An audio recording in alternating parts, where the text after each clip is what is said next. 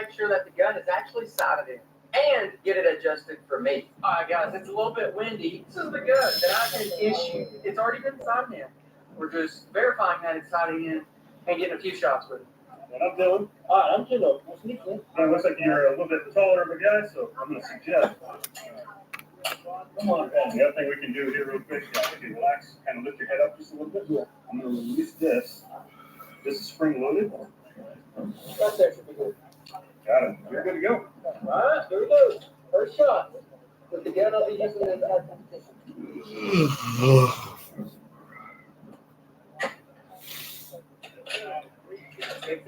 Y'all, all right, so whenever I'm set up, I don't know if it's the wind, but I'm going straight top to bottom. Yeah, wind coming in, yeah.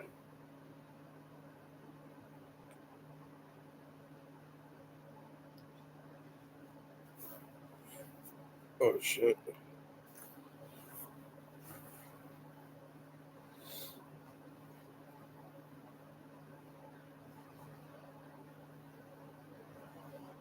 I told y'all before, man, people pick and choose who they want to put their snitch allegations on. It's all about politics. Doing. So, you know, again, this pick.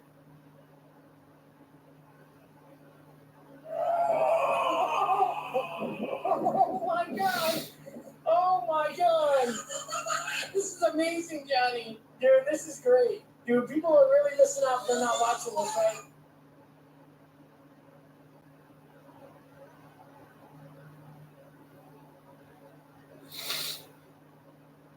The little lawyer guy we was with, you know, okay, super cool, good guy.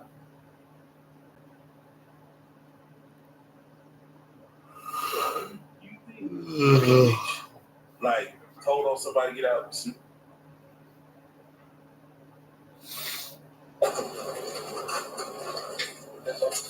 My boy, bro, but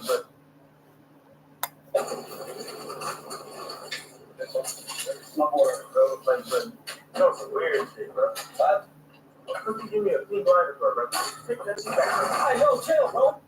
Hey, bro, what the fuck? All of this over pink light. I can't show this part because he started bleeding. To be honest, that was just straight instant karma. Just because I truly do believe that he wasn't even all mad. He just did it just to do it. You know? Yeah, have a good day. Why give me the pink one? What you mean? I want the pink lighter. Why? What do you want? You got, all the colors you got to give me pink. Hell no. What's wrong with this one, bro? Hell no. I don't want a pink lighter, man. What's wrong with this one, bro? You got 4 different colors back then. You give me a pink lighter. My bad, my boy. Damn. Well, my boy.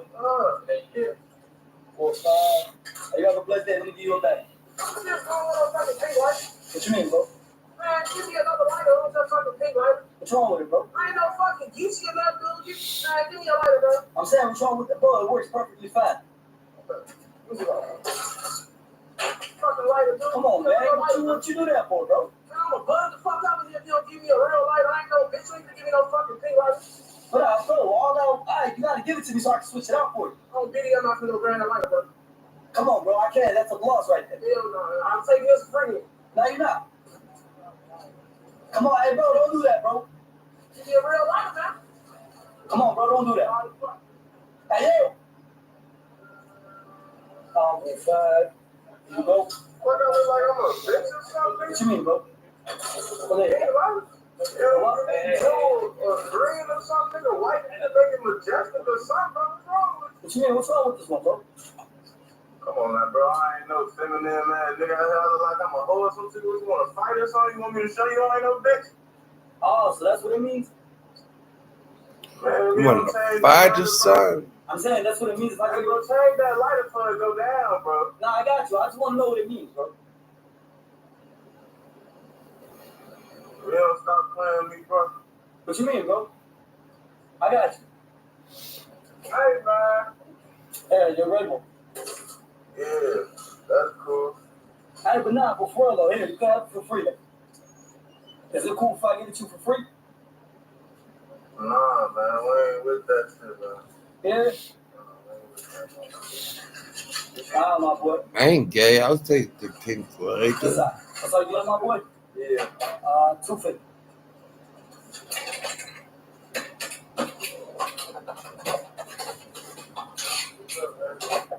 And my boy, you got it for free. What you give me this pink lighter for? Now I'm saying you got it for free. No, I didn't charge you for it. What the fuck you giving me a pink lighter for free though? I'm saying it because I'm feeling good today. I'm feeling nice. Man, fuck you feeling nice to me for all these that shit fuck on too. Yeah? Now I'm saying I bought another color. Is that cool? Alright, yeah, come on, bring it up though. What other color you gonna give me? I'm not gonna lie to you. This is the only color I got. What you trying to say, bro? I'm saying, what do you mean? Bro, it's all these fuck colors and you gonna give me a pink lighter, bro? I'm saying, what's wrong with you a pink color? I'm saying I don't want no fuck. Fuck out of here, bro. Nobody sweet, bro. Man, fuck on. Look, I see that good hair, bro. Look. You know, pretty hair. Okay, come on, kids. What you mean, my brother? I need a lighter, man. 50 cent lighter? Huh? 50 cent lighter? Yeah. Hey, look, I'm feeling good today. I'm feeling good today. Generous. Yeah, You can have this pink lighter. You can have the dollar lighter. I don't want this shit, man. What? I don't want this shit. I don't want this shit. Give me my motherfucking lighter, Joe. Why? What's wrong with this? I'm talking about you know what I paid for, man. I ain't got no motherfucking. Now that little, you pay for the 50 cent lighter. I give you a dollar lighter. I paid for, man. This is not what I paid. This is bullshit, man. This ain't cool. This is fucked up, man. Oh, what I do, bro? Man, you playing games, man. What's wrong with this lighter? You know what I'm saying, man?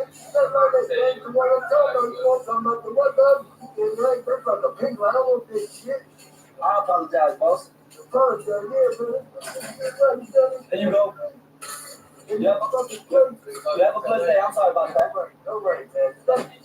You have a blessed day, my brother. What the fuck is this? What you mean? Come on, why ain't none of that? None of that other shit. What you mean, bro? You need a green one or something, though. Nah, hey, bro, that's my only color that I got.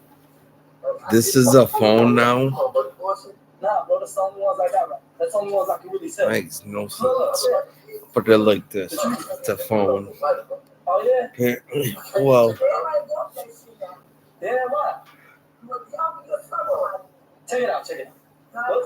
I'm saying, like, what's so wrong with a pink lighter? $2.99. You don't want this lighter, bro? Why you play with me like this, bro? Just let me go. Look, man, I ain't with none of it. Yellow cool. Damn, what, Tony? You gave this because I'm light skinned? You get that on that. I got more color you want. I'm saying, like, what? So what color is valid? Bro, give me the black one, bro. Black one, bro. You know how you know. All right, my boy. Hey, have a blessed day.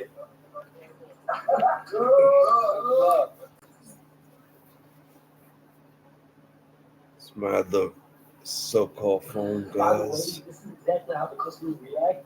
So when they see the video go up of me giving them two lighters and them getting mad at me, I just have to record it this time. Comment down below which one. If y'all want to see more of these.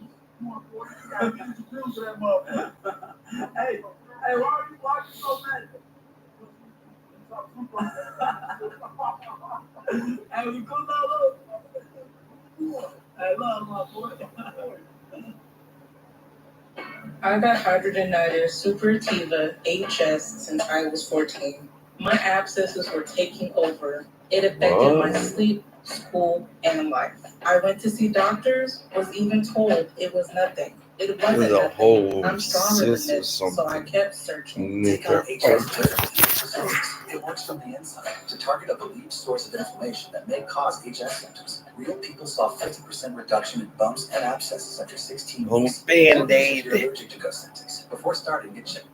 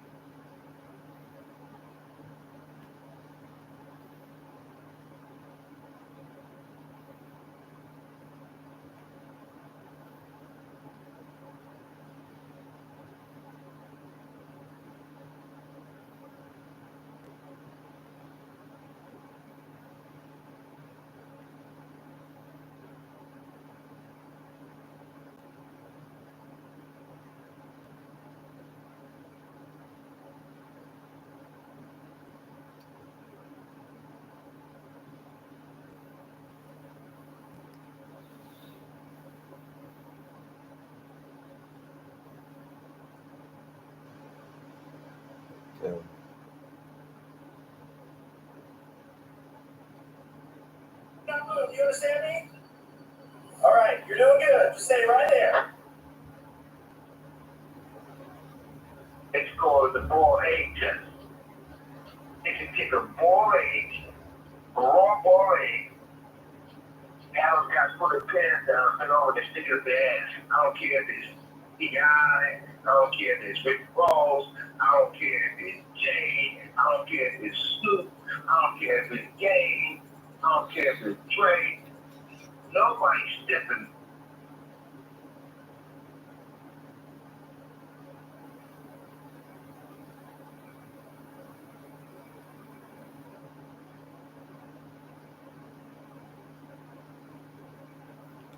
It's beyond the I'm dream. surviving.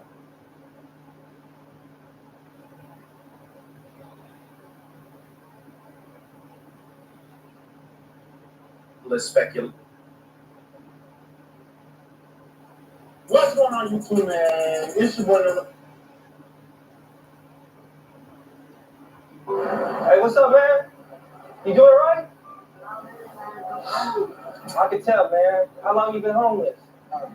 Almost 6 months. Damn, man. I'm sorry about that.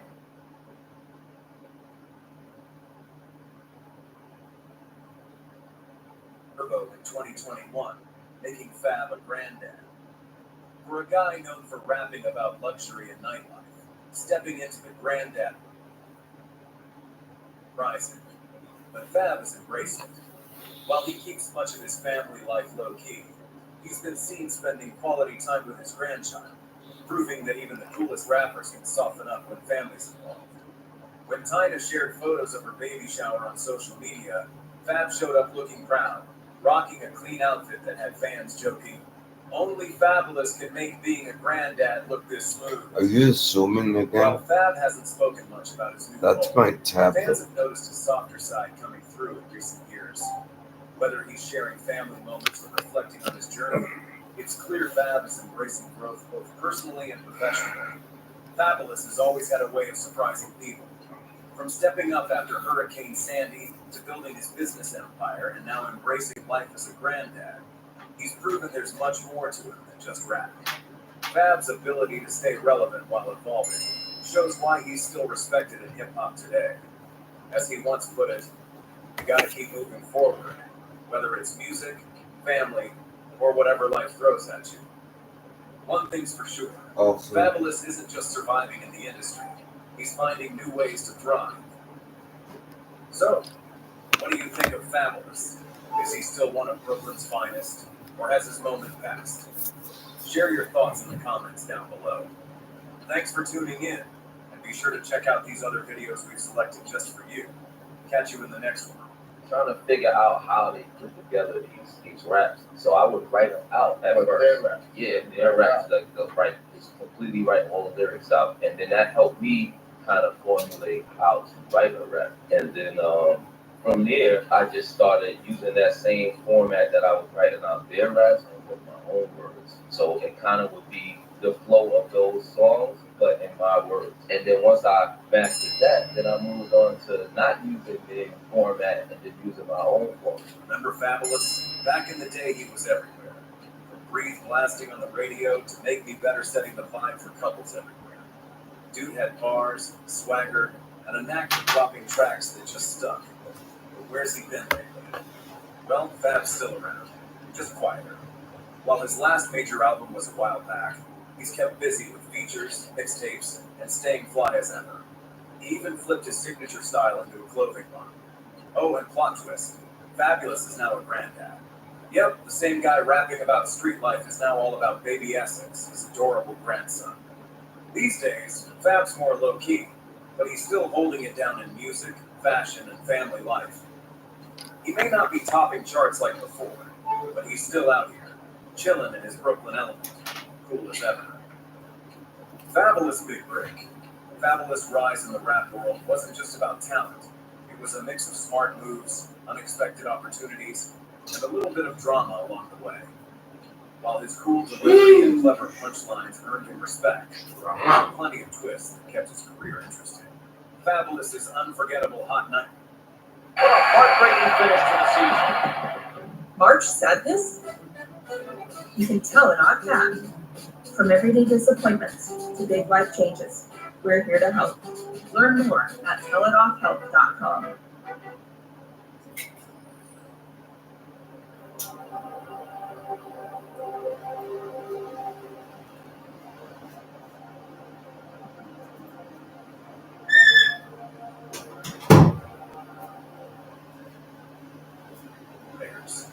Before long, Fab was rolling with Desert Storm Records, Clue's label that was buzzing in the mixtape scene. This connection helped Fab land a deal with Elektra Records, pushing him from underground sensation to mainstream star. While Fab's freestyle skills made him stand out, it was his ability to switch between street bars and club bangers that kept him winning. Early on, Fab's tracks had a gritty New York edge, but he knew how to soften things up just enough for radio play. His debut album, Ghetto Fabulous, proved that. Songs like Can't Deny It and Young and Hollaback gave him street cred, while his smooth delivery made him a hit with casual listeners. By the time Fab followed up with Street Dreams in 2003, he was already crafting songs that blended sharp bars with catchy hooks. Hits like Into You with Tamia and Trade It All Pete with Jagged Edge showed his versatility. And let's not forget the unforgettable Breathe, which had Fab flexing his lyrical skills on a whole new level. One thing about Fab, he always played it cool. While other rappers were diving into beefs, Fab focused on his music. DJ Clue once said, Fab's strength was always staying calm. He didn't get caught up in all the nonsense. That low-key approach kept Fab consistent in a scene where artists often burn out fast. Whether he was teaming up with R&B stars or dropping mixtapes for the streets, Fab knew how to keep fans engaged. Early in his career, Fab admitted he wasn't thinking about long-term success. He was just making music to see where it could go. But by the time his third album, Real Talk, dropped in 2004, he realized rapping wasn't just a side hustle anymore. It was a full-fledged career. I wasn't taking it that seriously at first, Fab once admitted. But when I started seeing the shows, the fans, and the success, I knew this was real. Fabulous's calm confidence, sharp lyrics, and smart collaborations turned him from a mixtape kid into a certified hitmaker. From freestyling on Hot 97 to building a steady career that's still going strong, Fab turned what started as a way to make some quick cash into a lasting legacy. And he did it all while keeping his signature cool. Chart-topping tracks, Fabulous biggest hits. Fabulous' journey is packed with career highlights, but what really made him stand out was his ability to balance catchy radio hits with street credibility. While tracks like Can't Deny It and Into You put him on the mainstream map, Fab's catalog runs much deeper, and his path to success is filled with interesting moments that kept fans talking. Following his early success, Fab kept delivering songs that made their mark. Throw It in the Bag with The Dream became a shopping spree anthem, blending playful flexing with Fab's signature smooth flow. Then there was My Time with Jeremy, an energetic track that felt like a victory lap. One of his biggest wins came with Make Me Better, his hit with Ne-Yo. The track combined Fab's cool delivery with Ne-Yo's soulful hook, making it a huge crossover success. The song spent 14 weeks on the Billboard Hot 100, peaking at number 8. Ne-Yo later praised Fab's ability to mix smoothness with toughness, saying, he knows how to walk that line where the fellas respect him, but the ladies love him too. Fab also knew how to cater to his core fan base. Tracks like Cuffin' Season and Lituation showcased his sharp punchlines and laid-back confidence. Whether he was talking heartbreak or party, Fab kept his cool, and his fans loved him for it. While Fab never dove headfirst into acting, his brief role in Scary Movie 4 gave fans a taste of his comedic side. Playing himself in a quick scene, Fab's cameo wasn't exactly Oscar-worthy, but it showed he didn't mind poking fun at himself. On the documentary side, Fab opened up about his career in Rap City presence, The Basement, where he talked about balancing mainstream fame with his street roots. He also appeared in the industry, reflecting on how artists struggle to keep their personal lives and careers from clashing. In the beginning, rapping wasn't Fab's dream. It was just a way to get by. He once told Hot 97, "I didn't think I'd be doing this forever. I was just looking for some extra money at first." But everything shifted after his third album, Real Talk. By that point, Fab realized he had something serious going, and he committed to building a real career out of it. That mindset change pushed Fab to expand his sound, deliver more consistent mixtapes, and stay connected to his fans. His mixtape series, There Is No Competition, became a must-listen for hip-hop heads, filled with punchlines, clever bars, and street energy. Meanwhile, his Soul Tape trilogy gave fans a more introspective side of Fab. Those tapes explored heartbreak, regret, and personal growth, showing Fab's range as more than just a hitmaker. Beyond music, Fab built a solid reputation in the fashion world. Known for his clean style, Fab became a trendsetter with his fitted caps, sneakers, and designer pieces. His sharp dressing led to partnerships with brands like Rocawear and Reebok. Fab also launched Blood's Thicker, his own line of customized wall caps. The hats became popular among hip-hop fans who admired Fab's effortless fashion sense. While Fab's career stayed steady, his personal life brought some unexpected headlines. His longtime relationship with Emily Bustamante, known from Love and Hip Hop, had its fair share of ups and downs. Despite the drama, Fab remained involved in family life. In 2022, Fab made headlines again when his stepdaughter, Tina Williams, called him out for what she claimed was poor communication with his daughter. After Fab posted a birthday tribute to his daughter Journey, Tina publicly questioned why he was showing love online, but not putting in the same effort in real life. Fab kept his response low-key, but the situation reminded fans that even celebrities face family tension. Despite industry changes, Fab has managed to keep his name relevant through music, fashion, and social connections. His ability to deliver clever bars, smooth hooks, and relatable content has kept him a staple in hip-hop for over 2 decades. Whether dropping punchlines or love songs, Fab's cool demeanor and sharp wordplay continue to earn him respect. And that's no easy feat in an industry where trends shift fast. Rising in the rap game, Fabulous may seem chill with his calm delivery and laid-back style, but behind that cool exterior is a rapper who had to fight for his spot in one of the most competitive hip-hop scenes ever. Coming out of New York in the late 90s and early 2000s, Fab wasn't just up against random newcomers. He was battling some of the biggest names in rap. Back when Fab was breaking through, New York's rap scene was stacked. Jay-Z was dominating with hits like Big Pimpin'. Nas was spitting deep messages on tracks like One Mic, and 50 Cent had just exploded with Inda Club. If that wasn't enough, the streets were buzzing with gritty bars from Jadakiss, Styles P, and the LOX. Fabulous didn't just have to drop good music. He had to stand out in a city full of rap giants. While Fab's smooth delivery set him apart, some critics wondered if his relaxed vibe would hold up against more aggressive artists. One of Fab's biggest rivalries, at least in the fans' eyes, was with Jadakiss. Both rappers were known for clever wordplay, and their careers often ran parallel. Things hit a new level when Fab and Jada went head-to-head in a Versus battle in 2020. The event was packed with memorable moments. While Fab delivered his signature hits like Into You and You Be Killin' Out, Jada turned things up with street anthems like We Gonna Make It. Fans couldn't get enough of Jadakiss's tipsy energy that night, with social media buzzing about his hilarious antics. Fab took the outcome in stride, showing respect for Jada's style. After the Versus, Fab shared a post saying, "Jada's my brother. He came to have fun, and he brought that energy." While Fab held his own on the charts, the mixtape scene was where things really heated up.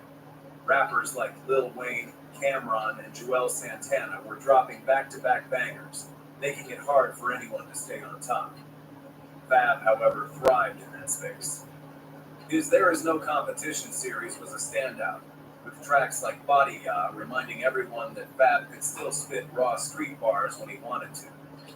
Fab once explained his mixtape mindset, saying, "Mixtapes let you talk to the streets directly. No label pressure, just you and the fans." Fabulous knew better than to rely on just one style. While he kept the ladies hooked with smooth tracks like Make Me Better, he never strayed too far from his gritty roots. That balance kept him relevant in a game where falling off can happen fast. As Fab once put it, rap's like sports. You gotta stay on your game, or you're out. And with a career that's still going strong, Fab proved he's more than just a smooth talker. He's a certified survivor in hip-hop's toughest arena. Fabulous's heated moments. Fabulous career has been filled with memorable highs and some intense moments, but his ability to bounce back has kept him relevant for over 2 decades. Beyond his feud with Ray J in the 2006 shooting, Fabulous maintained a steady presence in hip-hop, balancing drama with undeniable talent. So in case you don't know, so when we found that everything is nice, especially on that SwerveRadio.com. The Ray J situation was one of the most unexpected beefs in hip-hop. After Ray J's infamous "I got a piano in my living room" moment on HBO's 24/7, Fab couldn't resist firing off a joke on Twitter. What started as harmless teasing quickly escalated. According to Fab, Ray J confronted him in Vegas with serious energy. As Fab recalled on The Breakfast Club, he said, "Yo, my big homie wants to holler at you." Then he comes back like, "I'm the big homie." Fab described Ray J's behavior as aggressive, but laughed it off. Ray J's version was way more dramatic. He claimed to have socked Fab in the face and went on a now legendary rant, saying he had 7 Rolls Royces outside and threatening to send the money team after Fab. Fab later joked about the whole thing, saying Ray J's outburst sounded like a mini R&B soap opera. While Ray J's fiery response turned into meme material, Fab handled it with humor.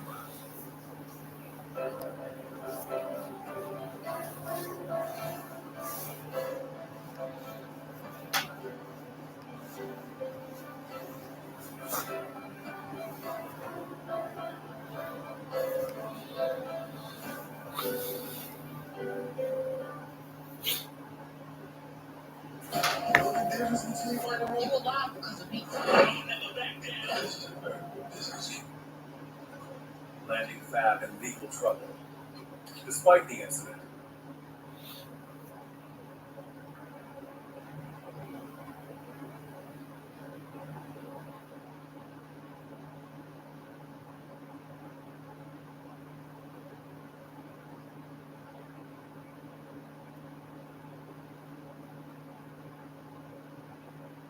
Damn, look at shit, but she bad. Oh my god. I'm gonna have to DM for real.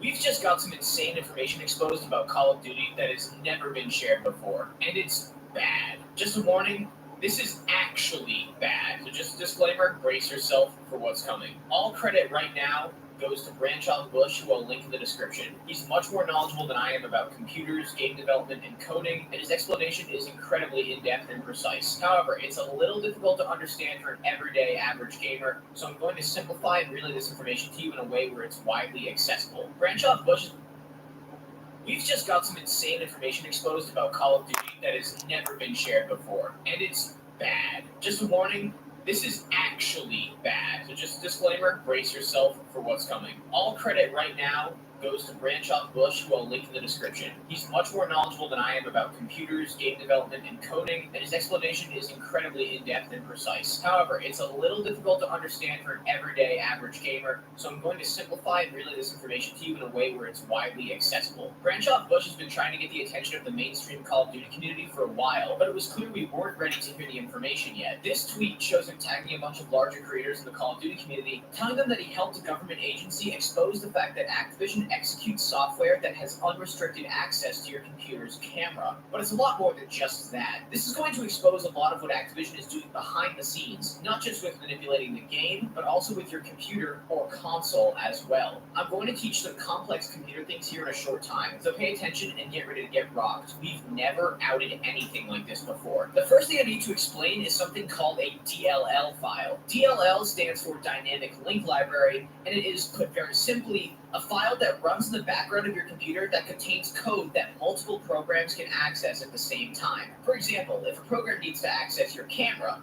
like Zoom or Skype, instead of the developers needing to write code within that software to control your camera, they can instead tell the software to access a DLL file that is already on your computer to access the video feed of your camera. It's basically a shortcut for developers. Instead of recoding functions that your computer can already do, they just tell the software to access a toolbox of code that is already capable of doing that. In the simplest terms possible, why build a hammer from scratch with your own resources when you can just reach into your toolbox and pull one out? This being said, Branchoff Bush, when helping this government agency find out what Activision was up to behind the scenes, used software that detects what DLL files a certain program was accessing while it was running. First, he tested this software on Black Ops 1 while playing combat training. He found that it accessed only a single suspicious DLL file called ntdll.dll. Now, bear with me here. Black Ops 1 was designed to run on both 32 and 64-bit systems, or newer and older systems at the same time. But since Black Ops 1 was also compatible with Windows XP, an older operating system, the game was accessing this DLL file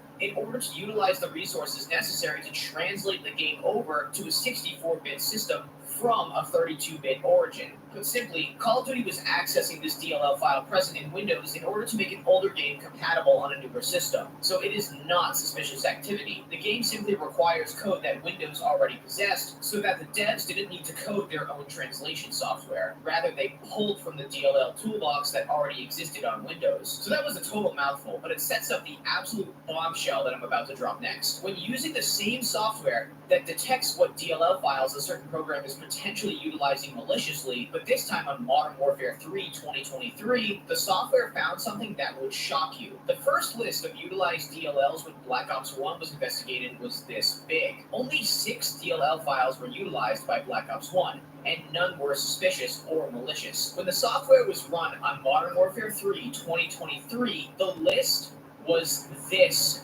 big. Holy smokes. For context, and not just because Black Ops 6 is more modern, bro, XDefiant uses, you guessed it, 0 DLLs when it was tested with the same software. The game accesses a lot of your computer's functionality, but hold on.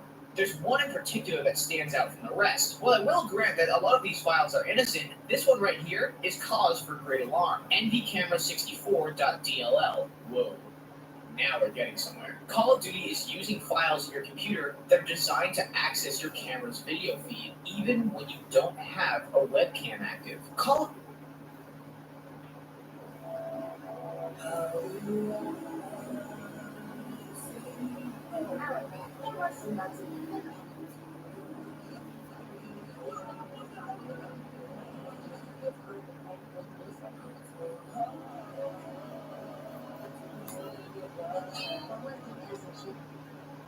of Duty, immediately on startup, has direct access to your camera, despite the game and anti-cheat not at all requiring camera access. Not a single function within Call of Duty requires such a thing to be active. So why is it active? Well, look no further than this Activision-owned and created patent. Methods and systems to modify a two-dimensional facial image to increase dimensional depth and generate a facial image that appears three-dimensional. Why on God's green earth does this patent need to exist? The scariest part is that this image included in the patent's resources displays a player's face overlaid over their gameplay. The footnote that describes this image reads as the following. In embodiments, the expressions/reactions of movements of image 1504, which is this image right here, reflect the user's expressions/reactions and movements in real time. This software is capable of using your camera to read and analyze your reactions and emotions, and the game is also confirmed to be accessing your camera as soon as the game starts up. But then we have to ask, why is Call of Duty getting access to your camera the moment the game boots up? It's not to design a 3D model of your face for graphic design purposes, or maybe it is, I don't know. But what other things has Activision created or perhaps patented that would need camera access in order to get the most benefit out of it? Well, we return once again to one of our favorite patents, system and method for driving microtransactions in multiplayer video games. And here is where I drop the bombshell. We can see right here in this patent that Activision has designed a system that does a few things by reading the emotional state of a player using visuals. Firstly, in this section right here, it reads, examples of quality factors include, without limitation, a player quitting a match or gameplay session while other players are still playing, indicating satisfaction, blah, blah, blah, until we get right here. A player engagement factor, e.g., a speed of player input, a level of focus as determined from camera peripherals, etc., where greater engagement may indicate greater satisfaction. So in this patent, a camera is used to analyze the emotional state of the player. Another section reads, the quality factors may include, for example, a duration of a gameplay session, e.g., via analysis of player historical data, player psychological state, e.g. frustration level, and or other information. So Activision has created methods and systems that read player emotions in order to drive microtransactions and rig the matchmaking. And the best part, the patent that creates 3D facial images out of 2D images is cited within the microtransaction patent. And they have an AI that listens to your microphone in game chat, so the game has unrestricted camera access, can see your face and hear your voice without you giving them permission to see your face or hear your voice outside of voice chat. Unless somewhere in the terms of service there is a loophole that we sign up to, which I wouldn't be too surprised about, this is really bad. So Call of Duty has camera access as soon as the game starts up, and Activision has patents that suggest that a camera can be used in-game to measure your engagement levels and do whatever.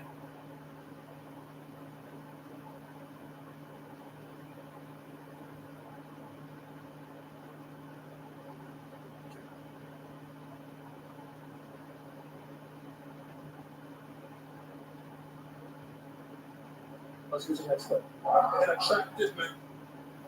Let's get to the next clip. An attractive man. And y'all had a good conversation. He's in the way. Hey, any questions? What's your name? I'm Keith. Are you? I'm ready. Why do you think it's appropriate to just run up in our interview, mid-conversation? I mean, they white and I don't give a fuck. You just looking for attention? No, never. I never get. We want to be fun and come over to the But if I'm in the middle of a conversation, I'm sorry, I didn't expect that. So what's the problem now? What's the problem now?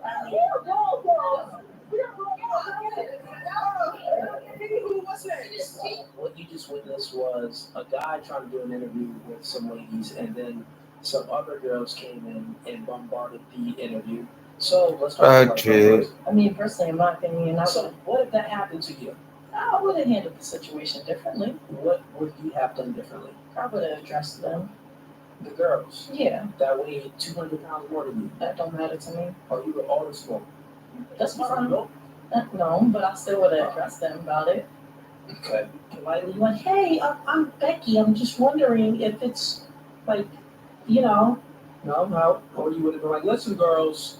basic. I mean, I have a really like aggressive tone in general, so no matter, even if I try to sing it nice, they probably would take it rudely. But Okay. I still would address them in the situation, like, excuse me, you know, I was just, you know, in the middle of this video, so you have to wait your turn. But Okay, so you would address them like that. yeah, Do you think what they did was like appropriate? Give me your feelings on what they did. no, it was disrespectful, obviously, because they just did it on purpose.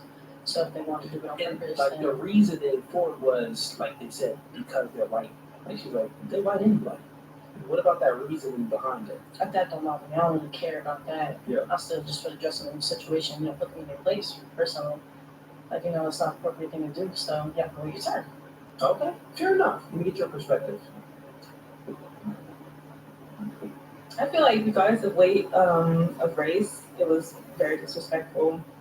You know, just interrupt people when they're trying to do something, especially True. when people are like stuff like that. If you were in the white girl's shoes and some white girls came and was like, let me just interrupt this and because they anyway. What would you have done and how would you have felt? I would have just definitely talked to them like, what do you mean by that? Okay. Like, what do you mean? For black. Look, she was like, yeah, they're black anyway. Like, Yeah, we're doing the same thing. we'll do the same thing. Okay. Fair enough. Let's go around. Just want to clock them, then ask them, or do you ask them and clock them? Which one will come first? Whichever one comes first. Whichever one's come first. Give me your take on that. Me personally, I probably would just walk away. I'm a very like Non-confrontational person. I think that pretty much like race shouldn't be an issue with anything. I am all about like equality and things like that. So like the way that they came up and said, "Oh no, they're white," like that to me was like, okay, my time to like step back, just walk away, and just not even like, try to do anything. Now, 2 questions for you, real quick. When we reverse the hypothetical, which was more of an issue? Like if you reverse it, so hypothetically, would race have been more of the issue, or their inappropriate behavior been more of an issue? Both. Like say if white girls came, let's just change the situation. You doing a video, so white girls come like, "Excuse me, and then the guy's like, "Wait, you're just gonna like bombard in the video?" And then the white girls respond like, "Yeah, they just black anyway." What would have been at the top of your priority of how you felt? Them being inappropriate in their behavior, or them being racist? Definitely the racism. Okay, same question to you. Now, you don't got to do the hypothetical. You can go with the real situation. In that scenario, what's top priority in those black girls' behavior? Was it the fact that they was like, ew, those are just white girls anyway? Or was it the fact that they were rude and inappropriate? I feel like the first thing would have been just them being disrespectful. Okay. I mean, like, I really don't care if they come in with the white girls in front. It don't matter. I mean, I show differently, but other than that, like, I don't really care. Like, they can say whatever. Kick rocks. Take notes. Take notes. What I'm doing here. Take notes. Okay. And I guess you already said you know, but I just wanted to get that perspective between the white girl and the black girl and the differences. Moving right along with you, what's your perspective on the video? I feel like it was staged. I feel like sometimes these YouTubers kind of stuck to the viral, and that's what that situation was. Only because of the way that he was presenting himself, I feel like he just found the opportunity to do it. Okay. It definitely could have been staged, I don't know. But let's just say it is real. Like, could you see black girls acting like that in real life? Or any type of girls? Could you see that type of behavior from women? Is there a possibility? Yeah. Like, are the chances high? No, only because they seen that he was recording. Like, they didn't really look too good. I feel like African American girls are very big on their parents when it comes to like the public eye. Like, me personally, I wouldn't want to on camera if I'm not working, I guess. So everyone's preference is different for sure. What if that would just be best? Yeah, it looked like, I'm be honest, that looked like that was just It's kind of giving city, like, they're in the public. I don't know if there's, like, boardwalk or, like, Miami vibes. I don't know. saying, like, he's in, like, that guy, and shout out to him, he's in Miami, and he does these type of interviews all the time. That could have been staged. I don't know the guy personally, but if it wasn't staged, okay, you give me a perspective. In regards to the race of, what's your nationality? Like, I'm West African. West African, okay. All right, so, I mean, now let's just go around. I went in on this kind of with it. Let's get your perspective. You can pass it on. In the business, that's a bad bitch. Middle finger to my haters. All you bitch jealous. Fuck y'all. They knew I was that bitch. I didn't need a man to tell the fuck. Interrupting their stuff and doing the most. Like, I didn't like everybody the wrong way. And so, yeah. Alright, so what if someone did that to you? What would you do? Yeah, it's only black girls. I'd like to think I would get active, but I might be like her and just like step away. Like, I don't have the time for it. Because I don't have time for ignorance. But there's a part of me that's like, oh, I should hit her. But there's no violence in me though. For real. This is what happens. So it's like, yeah. You won your last fight? No. I think it was my best friend actually. My best friend's house. She lives in Virginia too, and she's still close. Fair enough. And what's your thoughts on that video? I definitely feel like it was rude to interrupt, but I do feel like they was also drunk and they was not you can clearly see that they really didn't care. Like, I feel like they would have been debating. Okay. Do you think that being drunk, we should excuse their poor behavior just because they were intoxicated? Not at all. That's what I said. I definitely feel like it was rude Yeah. for interrupting their interview because they couldn't have been the host. Yeah. Okay. Fair enough. All right. Ease, you want to give your perspective on that? Yeah, I don't think we're gonna do that. I think the host should have checked them, like, yo, what are you doing? And I think he should have shoved them out of the video. In my opinion. I think he did. No, he was. See, I would have been about it different. I would have been like, excuse me, you should be talking to them. Can you get the hell out the camera? Move. I would not ask any questions or whatever. I would just sort of told them to move from talking to such and such. Get out the camera now. You know what I'm saying?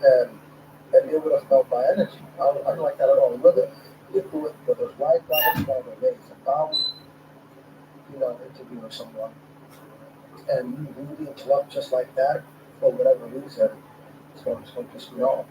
I don't even like when people cut me off on the podcast. So I wish everybody finish. You know what I'm saying? But yeah, that's my take on it. Okay. I'm going to go back to you two. So, you two you had different perspectives and different opinions. And from my observation of your different opinions, it seems that, what's your name again? Leanne. I'm sorry? Leanne. Leanne. Yeah. It seems like Leanne, she has a perspective that is void of a victim mindset. So even when we reverse the hypothetical, and if it was black girls that came into the space, and a black girl said, she's just a white girl anyway, Leanne, she was able to not fall into the victim mindset and think like, oh wow, like your racism, this is, it's affecting me due to XYZ history that, let's say if everything was reversed, that white people went through, right? She's not even looking at that. Do I have that correct? Yeah. Like you're just looking at it like, they were rude, they were inappropriate, that's the behavior. Whatever they want to call me as far as, white girl and stuff like that, the point is that you're still rude and it's inappropriate behavior. It has nothing to do with race or anything like that.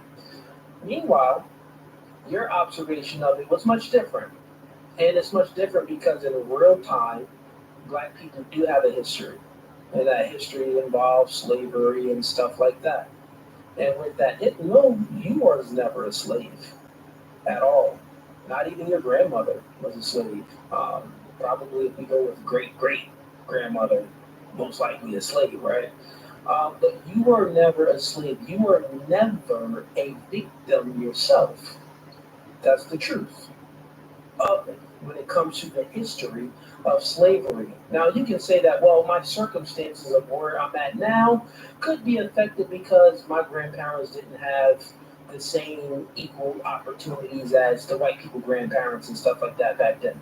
So, right now I'm in my starting place on how I started wasn't at the same with white people. You can make that argument. But then you could also make the argument where there was many white people that in America that didn't have any slaves at all. And they were poor. Like the Southerners, the trailer park people, I mean, they're very broke as well, just like the blacks and the ghettos and stuff like that. There are black ghettos, but there are white ghettos too. So I'd say all of that to say, and just correct me if I'm wrong with my observation, because I just want to understand your mindset. The way you thought about it and what provoked a response out of you was based off of race rather than the inappropriate and rude behavior. Now, it was inappropriate and rude, but that race stood out more, correct? And the reason why the race stood out more is because the history that Black Americans been through in the past. So when we put that on yours, what I'm saying is you was actually never a victim. But internally, you still have this victim mindset like, my past ancestors went through things, so like I went through things. You get what I'm saying? But in reality, take the mic. I want to get your perspective because this is my observation, right?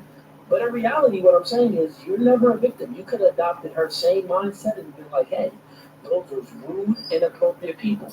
Probably racist too. Like black people can be racist. Those black people that was doing it to those white girls, I would say those black people's racist, right? That's what I would say. Racist is just being prejudging and being prejudiced based off of race. That's all it is. And like discriminating based off of race. So, what's your perspective about my observation? I would have to disagree with you. Sure, go ahead. I feel like, yeah, I didn't experience slavery, Okay. but the video was racist. Sure. Talking about race. Mm-hmm. I haven't experienced racism, so I can very much feel emotional about it. Got it. So you said that you experienced racism, so you can have an experience where it's like, I experienced racism before, like white people being racist. So this would be triggering and bring up past traumas because other white people was racist. So now they're doing it. This is racist. Got it. Let me ask you a question. Have you ever experienced black people being racist to you? Yes, because my big father is black. So, like, a lot of his family disagree with him being with a white girl. So I get a lot of comments towards it. Perfect. Give the mic back to her. So, the white girl experienced racism too. But in her mindset, she wasn't a victim. She didn't think about her past experiences with racism didn't trigger her to make her prioritize the racist in the video. She just prioritized their bad behavior and them being inappropriate and disrespectful, which is true. You get what I'm saying?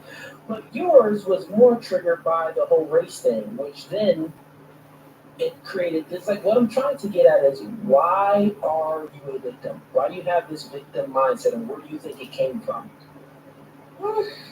So we just extrapolated to here. You do have the victim mindset. She doesn't. Because she did experience racism. There's levels to it. There's levels to it. Her boyfriend and their parents being racist to her, that's a huge level. That's very different from if she and I both have the same credentials, go for a job, and she gets picked above me. There's levels.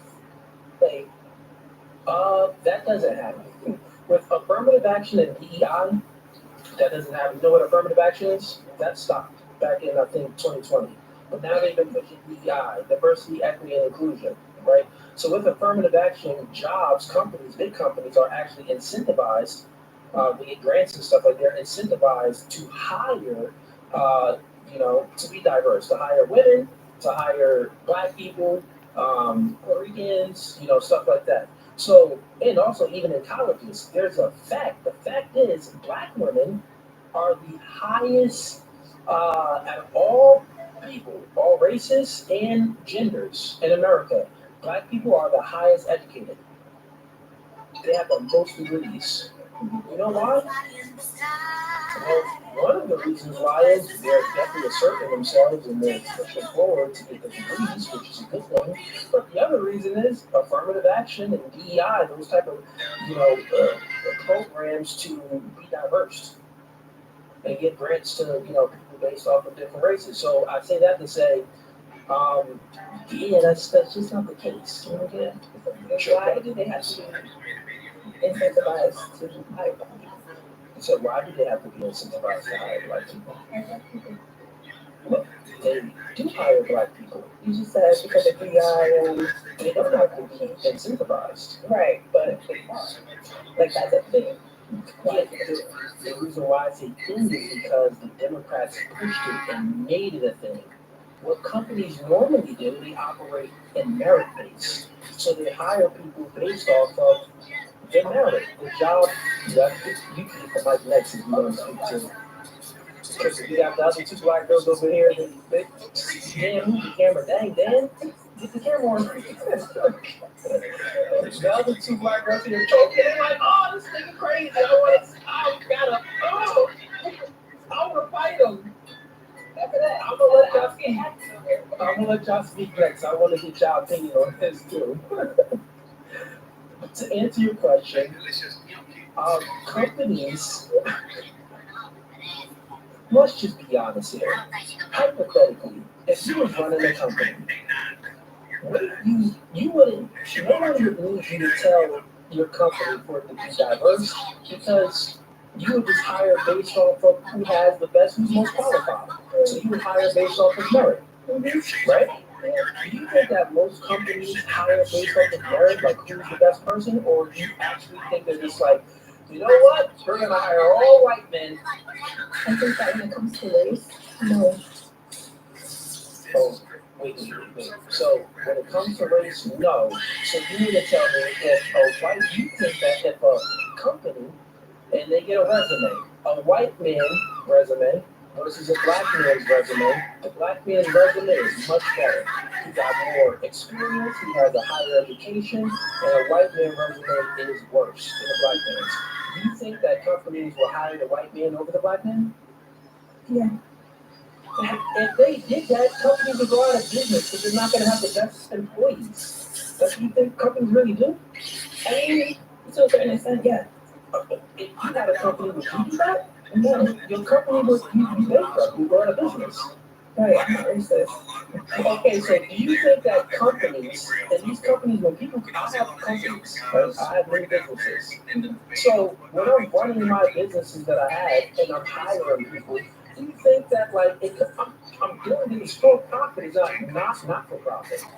So when you have this mindset and you're an entrepreneur, it doesn't come in an entrepreneur's mind. Now, are there exceptions to the rule? Are there just like evil, rude, racist people out there? Yes, there are. I do believe that there are racist people out there that have evil intentions.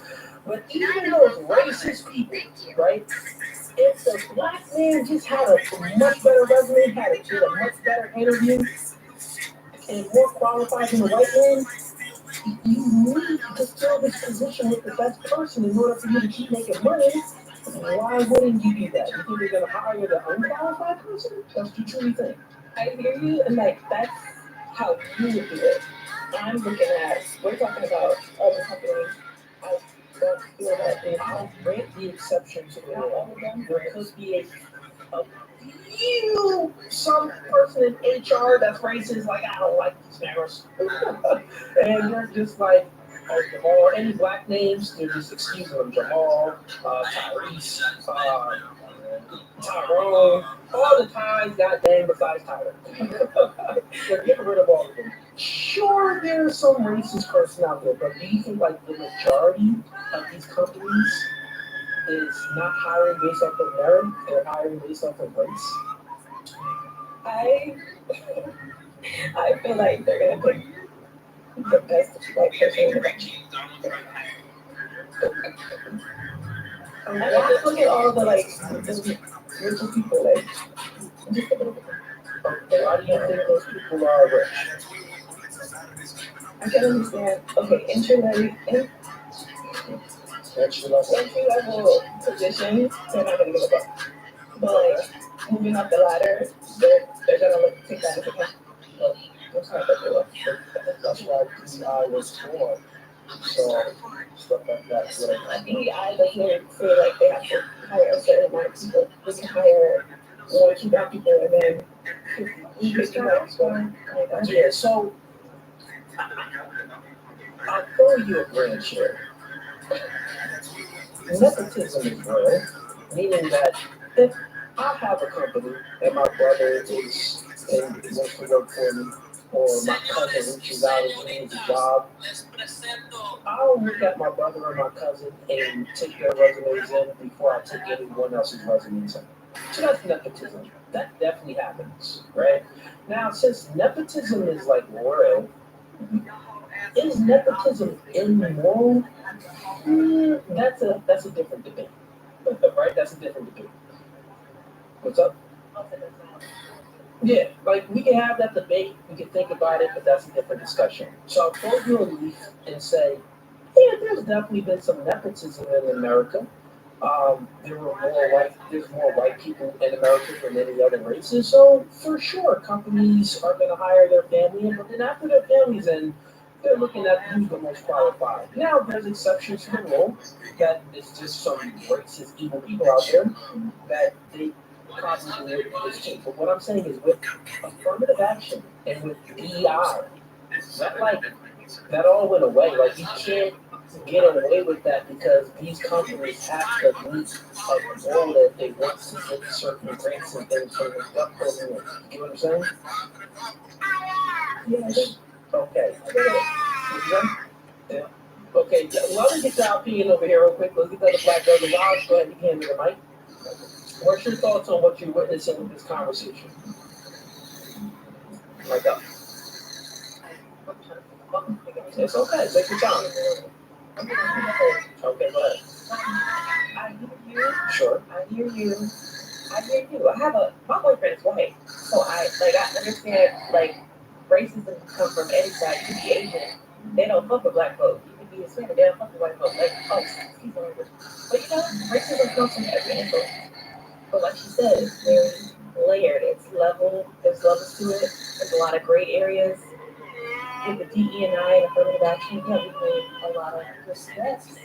But like she said, they're gonna choose this white candidate over this black candidate. There was a whole study showing like if a white candidate and a black candidate have the same resume, they both have felonies, they're gonna choose the white candidate with the felony and the same resume as black folks because it's just like institutionalized racism.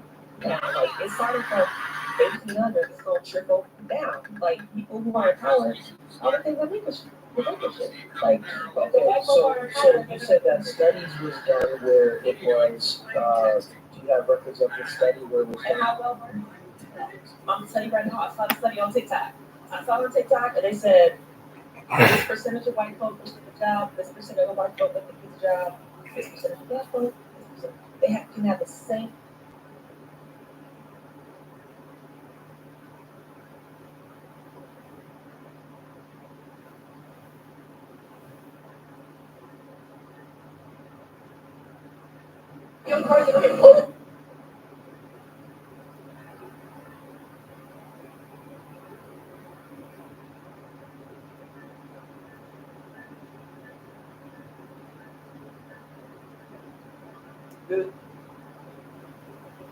Good evening, everyone. We're here at Faith Trip in Independence, Missouri, the city that never sleeps. We'll be watching the guy in the red hoodie goes in, immediately sees the cashier has their back to him. And so he sees an opportunity and he takes it. Yep. And the opportunity is peanut M&Ms. Oh, Timothy, it's me, Little Red Riding Hood. I needed to come in to give my girl some cigars. How much are they? Oh, we got plastic tip for 89 cents. Oh, Grandma likes plastic tips. I'll take one. But I don't know why people still ask the price. They've always been 89 cents. Those are the only thing that inflation hasn't touched. Let's listen.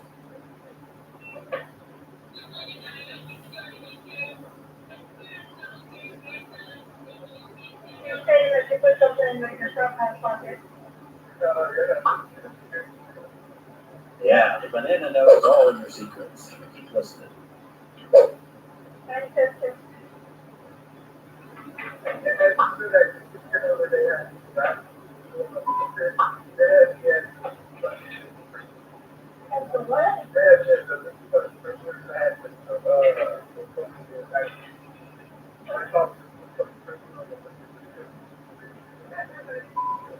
Yeah, that is kind of messed up. The fruit say that 12 times fast. Fruit punch president. Whatever. Sorry, little Red Riding Hood. Skip off to the forest country that looks to grandmother's house you go. To bring her first cigars, but no peanut M&Ms. Oh no, sucks to suck. That's twice. He got caught. You know, big trip. With another win.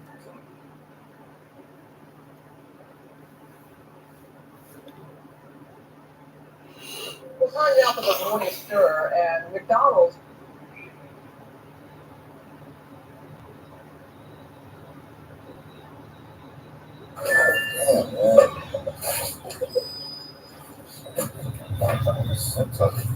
Oh,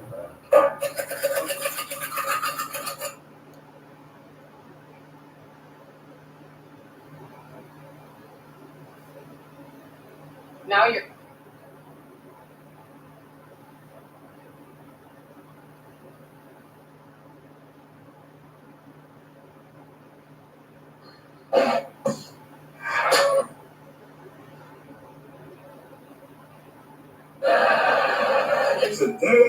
want to show you something.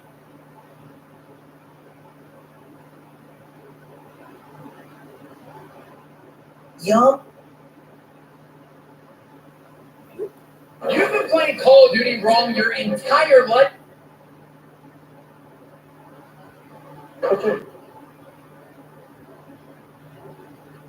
One rapper mixes up Cry on Camera and an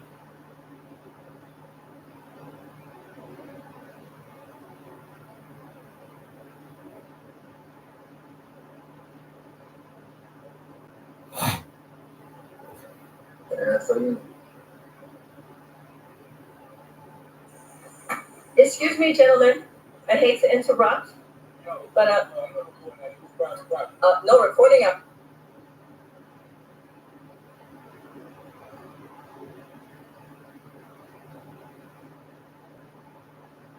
We could do better because each art. Forget it. Other people actions I could be held accountable for.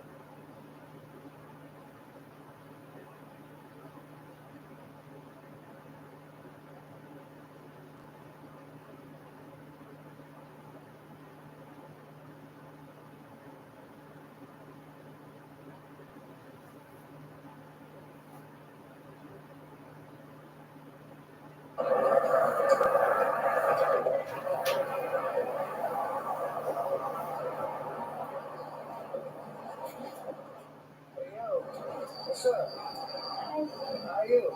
I'm good. What's your name? I'm Genesee. Genesee. You got a boyfriend?